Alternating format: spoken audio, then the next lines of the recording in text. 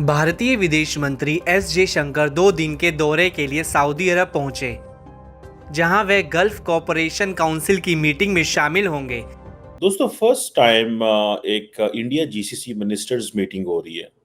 Important development है कि India जो है वो अब गल्फ कोऑपरेशन काउंसिल के मिनिस्टर्स को एक टेबल पे लेके आ गया। इंडिया के foreign minister doctor S Jaishankar first time India gulf cooperation council को अटेंड कर रहे हैं।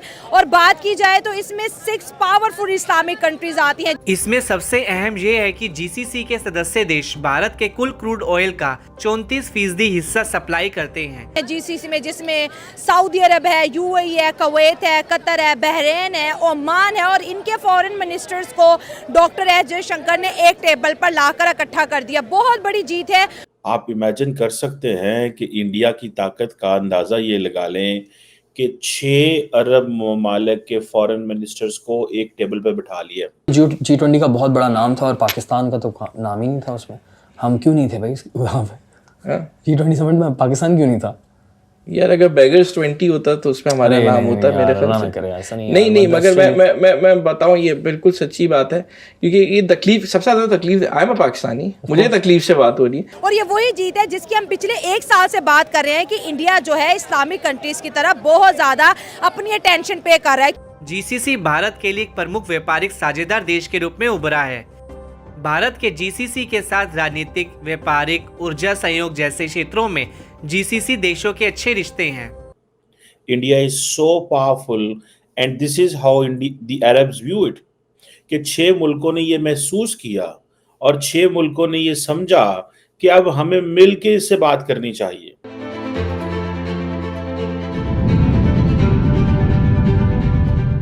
इंडिया इस वक्त जो है ग्लोबल साउथ का लीडर होने के साथ साउथ अफ्रीका का हेड बनने के बाद अब गल्फ कंट्री के अंदर बहुत ज़्यादा जो है डोमिनेट होता हुआ दिखाई दे रहा है।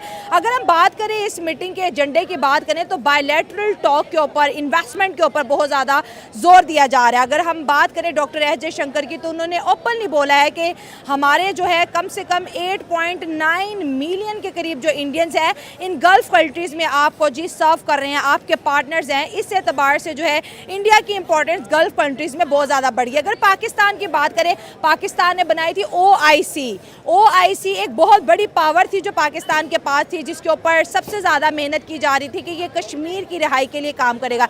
लेकिन आज वो ओआईसी के जो मेंबर्स हैं वो इंडिया के साथ बायलैटरल रिलेशनशिप में आते हुए दिखाई दे रहे हैं, इंडिया के साथ बड़े बड़े प्रोजेक्ट करते हुए दिखाई दे रहे हैं, और कोई भी पाकिस्तान को इस वक्त सपोर्ट करता हुआ दिखाई नहीं दे रहा। अगर हम इन जीसीसी कंट्रीज की बात करें दोस्तों तो इनकी और इंडिया के बीच 190 मिलियन डॉलर की ट्रेड है, और इस मीटिंग के बाद ये ट्रेड जो है डबल होने जा रही है।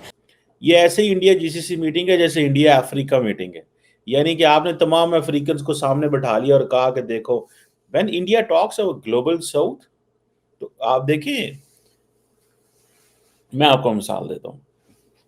थोड़ा अर्सा क्या 2016 में जब ट्रम्प साहब पावर में आए तो वो सऊदी अरब आना चाहते थे क्योंकि वो इजराइल भी जाना चाहते थे, मिडल ईस्ट में वो इक्वल अहमियत देना चाहते थे।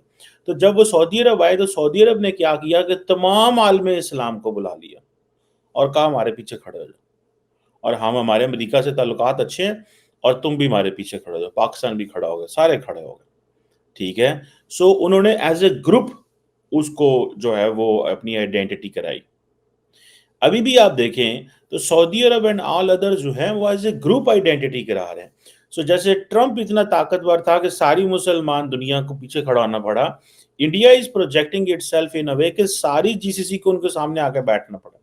और कल को कोई मैं आपको कोई बैईद नहीं है, अभी तो है इतनी, इट्स टू अर्ली टू से, लेकिन कल को कोई भी नहीं है कि इंडिया ओआईसी टॉक्स हो। लेकिन वो जारी बात है इंडिया ओआईसी टॉक्स मुमकिन नहीं होगी क्योंकि वो कश्मीर का फिर पाकिस्तान बात ले आता है, एजेंडा ले आता है। बहरहाल that is a separate point.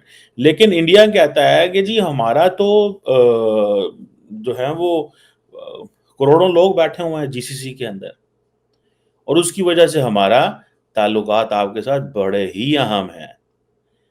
वो जो करोड़ों लोग बैठे हुए हैं, ठीक है, सुनने में आ रहा है कि देयर डिफरेंट नंबर्स, बहरहाल ये we have still to check. अब क्वेश्चन ये है कि जो डॉक्टर जयशंकर हैं रियाद पहुंचे, वहाँ सबसे मुलाकातें की हैं, ठीक है जी।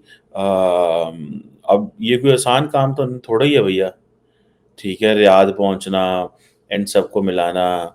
और ये जो first ever, this is first ever, एक बात बताऊं, इंडिया जीसी फॉरेन मिनिस्टर जो मीटिंग है, ये कहा जा रहा है, ये जो अल्फाज आ रहे हैं वो यही हैं कि जी ताल्लुकात को बढ़ाने के लिए इन तमाम गल्फ नेशंस के साथ माँ बनने वाला है, सबकी मदर बनने वाला है इंडिया।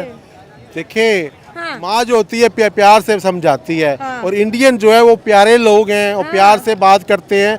अब वो देखे ना, अब मुसलमानों के 6 मुल्क हाँ। इंडिया को अपना बड़ा बना रहे हैं, माँ को ला रहे हैं हाँ। कि माँ हमारे सर पे बैठो तो हमारी कोई कदर होगी। जितनी इंडिया में माँ की इज्जत है, औरत की इज्जत है, इतना पाकिस्तान में नहीं है।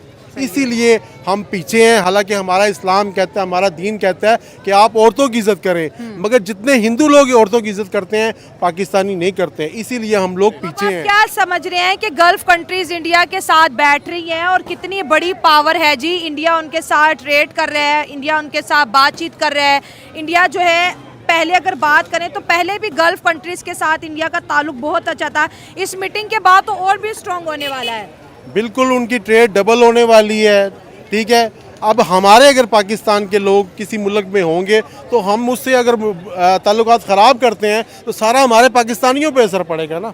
अब इंडियन जो हैं इन्हीं 6 मुल्कों में हैं, उनके काम कर रहे हैं, उनका म्यार अच्छा है, कारोबार अच्छा है उनके, बल्कि इंडिया के इन्वेस्टर भी उन मुल्कों में अपना पैसा भी लगाया हुआ है। ऐसा ही है, तो हाँ। अब इसी वजह से उसको उन्होंने बिठाया सर पे। मुझे तो लगता है अब फ़लस्तीन का भी ये माँ बन के उसका काम हल करेगी मसला। इंडिया हल करेगा। इंडिया हल करेगा, क्योंकि मुसलमानों में तो इत्तेफाक ही नहीं है।